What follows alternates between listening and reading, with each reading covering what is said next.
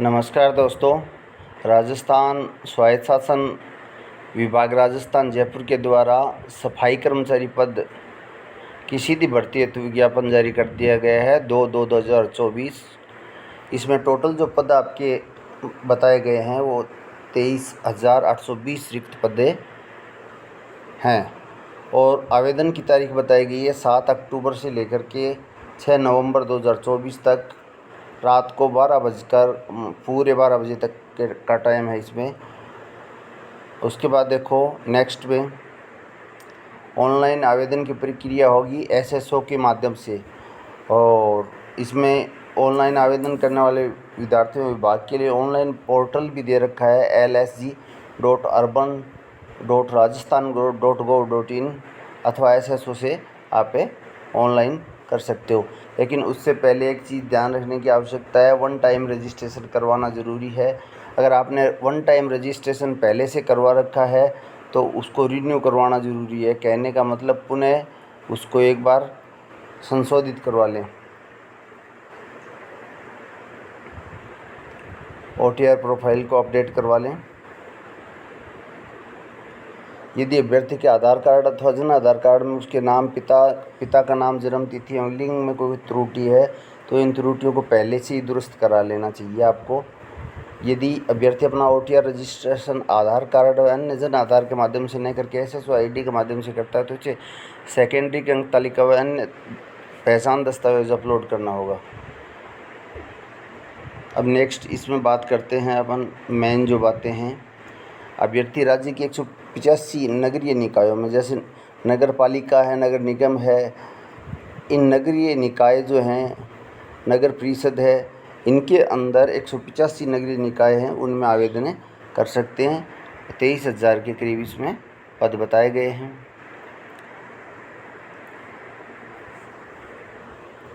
Online आवेदन के उपरांत आवेदन पत्र क्रमांक आवश्यक रूप से उपलब्ध होगा, और यदि आवेदन पत्र क्रमांक एप्लीकेशन ID अंकित या प्राप्त नहीं होती है तो इसका अर्थ हो गया आपका आवेदन जमा नहीं हुआ है।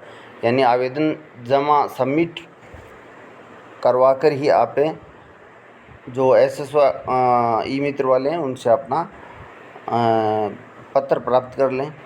आवेदक को आवेदन के समय जन आधार संख्या आवश्यक रूप से आवेदन पत्र में अंकित करनी होगी, अतः अपने जन आधार को अपडेट करवा लें। एक बार ये पंजीयन का जो शुल्क बताया गया है, सामान्य श्रेणी के जो अभ्यर्थी हैं उनको 600 रुपये, आरक्षित वर्ग जो भी हैं OBC SC ST उनको 400 रुपये और दिव्यांगजनों के लिए भी 400 रुपये की फ़ीस रखी गई है। पूर्व में एक बार ये पंजीकरण का मतलब OTR की फ़ीस है।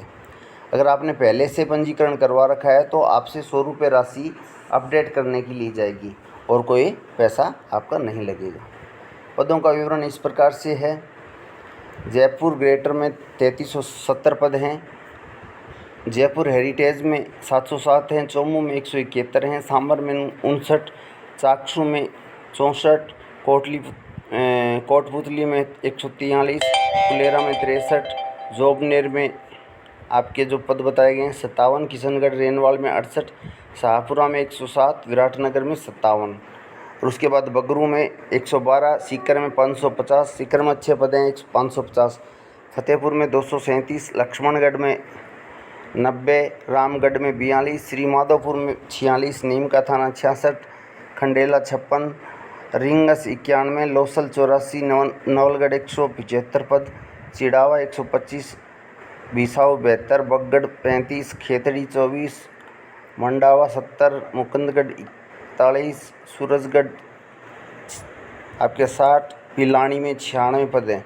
उदयपुरवाटी 86 पद, विद्या विहार 46, 198, लालसोट 87, बांदीकुई 99, अलवर 390, खेरली 13, अलवर राजगढ़ वाला है उसमें 37, खैरथल में 104, तिजारा में 75, बहरोड में 70, भिवाड़ी में 347, भरतपुर में 410, बयाना में 104, डिग में 76 और कामा में 82। इस प्रकार से नगरीय निकायों में पद आपके दे रखे हैं। नदबई में 53 है, बैर में 39 है, कुमेर में 61 है।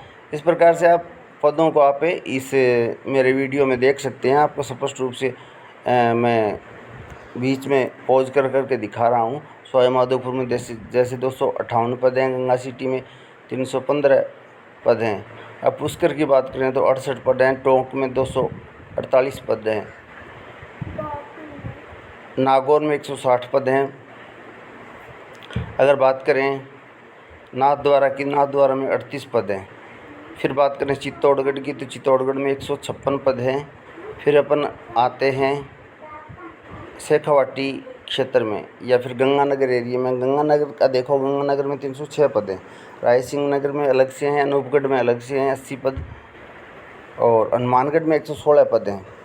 भादरा की बात करें तो भादरा में 39 पद हैं, नौहर में 11 पद हैं, पीलीबंगा में 39 पद हैं, संगरिया में 47 है, रावतसर में 79 पद हैं, और अपना चूरू जो ज़िला है उसमें 307 पद हैं। चूरू ज़िले के अलावा नगर पालिका रतनगढ़ में 114 हैं, सुजानगढ़ में 303, सरदार शहर में 193, राजगढ़ चूरू के अंदर 112 पद हैं।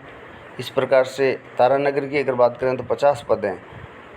158 निकायों में बता चुका हूँ मैं अब तक, आप देखते जाएं धीरे धीरे। अनुसूचित क्षेत्र की अगर बात करें तो आबू पर्वत अनुसूचित क्षेत्र में आता है। अनुसूचित क्षेत्र है वो अनुसूचित जनजाति के लिए ही रिजर्व होता है, और इसमें वही लग सकते हैं। आबू पर्वत में 34, आबू रोड 124, सलूमबर्ग 12, प्रतापगढ़ 58, छोटी सादड़ी 22, बांसवाड़ा 89, कुम्भलगढ़ आपका है 20, डूंगरपुर 58, सागवाड़ 13, और कुल मिलाकर के 430 पद हैं। ये आपके अनुसूचित क्षेत्र के हैं। अब अगर बात करते हैं आगे की हम, तो आगे क्या प्रक्रिया रहेगी उसके बारे में अपन चर्चा करेंगे।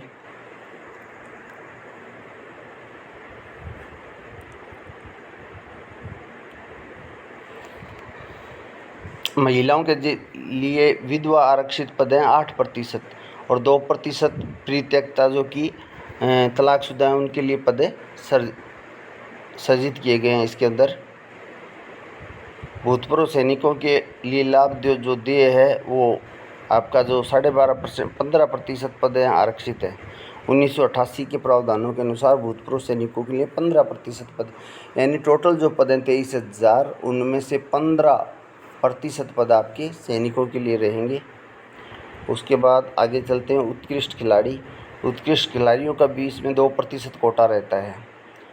उत्कृष्ट खिलाड़ी संबंधी प्रावधान क्या है? अंतर्राष्ट्रीय खेल संस्थान टूर्नामेंट चैंपियन का नाम अंतर्राष्ट्रीय ओलंपिक समिति से ओलंपिक गेम्स ग्रीष्मकालीन जीता हुआ हो, एशिया ओलंपिक परिषद से जीता हुआ हो, ऐसे अंतर्राष्ट्रीय लेवल पर खिलाड़ी है अगर जीत के आता है तो वो उसके अंदर शामिल हो सकता है।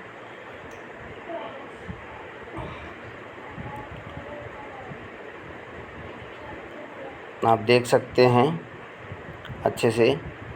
विशेष योग्यजन आवेदन ऑनलाइन एप्लीकेशन फॉर्म में यथास्थान अपने वर्ग तथा विशेष योग्य जन की श्रेणी विशेष रूप से अवश्य उल्लेख करेंगे। यानी वो अगर उल्लेख नहीं करते हैं तो जनरल या SC ST के अंदर ही काउंट किए जाएंगे, OBC के अंदर काउंट किए जाएंगे।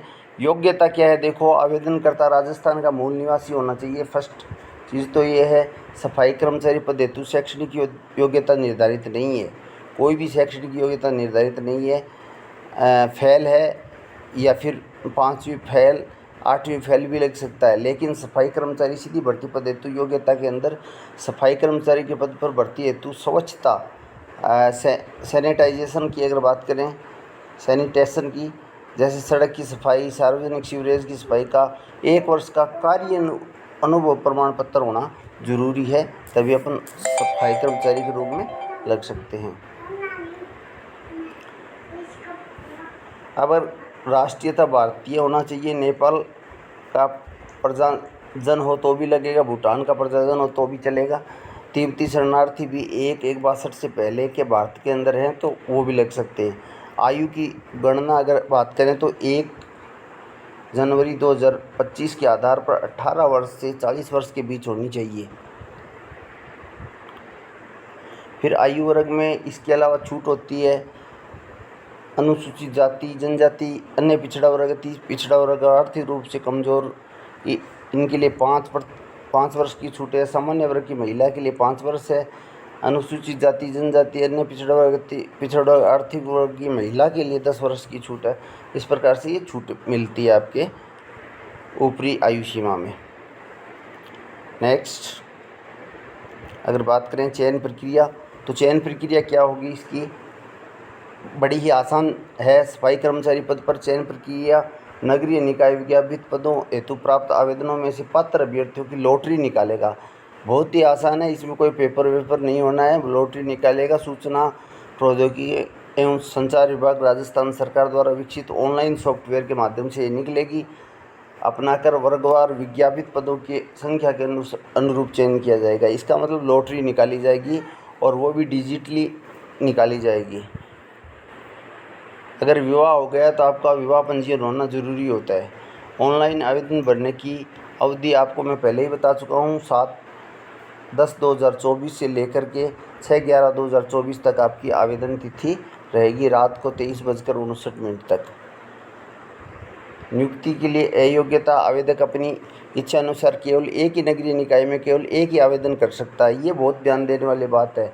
ऐसे नहीं कि आपने राजगढ़ से भी भर दिया, तारानगर से भी भर दिया, भादरा से भी भर दिया, ऐसे नहीं हो सकता। आवेदन एक जगह से ही भरा जा सकता है। आवेदक के द्वारा एक से अधिक नगरीय निकायों में आवेदन करने अथवा एक निकाय में एक से अधिक आवेदन करने पर, यानी एक निकाय में भी अगर आवेदन करते हैं आप एक से अधिक 2 बार आवेदन कर देते तो आवेदक में सभी आवेदन को निरस्त मान लिया जाएगा और उसको अयोग्य दिखा दिया जाएगा। कोई भी पुरुष अभ्यर्थी जिसकी एक से अधिक जीवित पत्नियां हैं उसको भी अयोग्य माना गया है। कोई भी महिला अभ्यर्थी जिसने ऐसे व्यक्ति से विवाह किया जिसके पहले से ही कोई पत्नी है तो वो भी अयोग्य है। किसी भी विवाहित अभ्यर्थी को नियुक्ति के लिए पात्र नहीं माना जाएगा यदि उसने अपने विवाह के समय दहेज स्वीकार किया हो। दहेज लेना तो मना है। आवेदन जिस श्रेणी के तहत आवेदन करने का पात्र है उस श्रेणी में ही आवेदन प्रस्तुत करें। यानी आप ओबीसी के लिए पात्र हैं तो ओबीसी में करें, एससी के लिए पात्र हैं तो एससी में करें, जनरल के लिए हैं तो जनरल में करें। इस प्रकार से आपका ये था। फ़ोटो की पृष्ठभूमि बैकग्राउंड है उसका सफ़ेद होना चाहिए। हल्के रंग का बैकग्राउंड की सफ़ेद या हल्के रंग का होना चाहिए। फ़ोटो आवेदन का चेहरा क्रम में 50% जगह घेरना चाहिए। इन टोटल जो फ़ोटो होती है, फ़ोटो का 50% हिस्सा आपके चेहरे का ही होना चाहिए। सिर, चेहरा, बाल, ये टोपी वगैरह लगाई हुई नहीं होनी चाहिए। नाक, ठोड़ी और सिर, आँख स्पष्ट दिखाई देना चाहिए। जेपीजी में फ़ोटो चलेगा। 50 KB से 100 KB के बीच में आपका फ़ोटो होना चाहिए। हस्ताक्षर और अंगूठे का निशान अपलोड करने के लिए भी दिशा निर्देश हैं। 7 सेंटीमीटर ऊंचाई के एक आयताकार बॉक्स के अंदर भीतर काले व गहरे नीले पेन से हस्ताक्षर या अंगूठे का निशान दे सकते हैं। दस्तावेज एवं प्रमाण पत्रों के लिए दिशा निर्देश भी आपके यहाँ आप देख सकते हैं।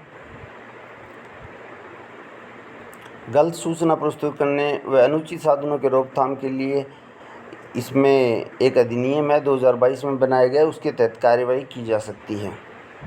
तो इस प्रकार से आपके ये भर्ती थी। अभी इसके आवेदन शुरू हो चुके हैं, मान लो 7 तारीख से शुरू हो जाएंगे और आगे 11वें महीने में 10 तारीख तक हैं। तो ध्यान देके इसको जल्दी भरें। हम आपकी सफलता का पूर्ण विश्वास के साथ और पूरे मन के साथ ये चाहते हैं कि आप सफल हो। आपकी सफलता के लिए हार्दिक शुभकामनाएं।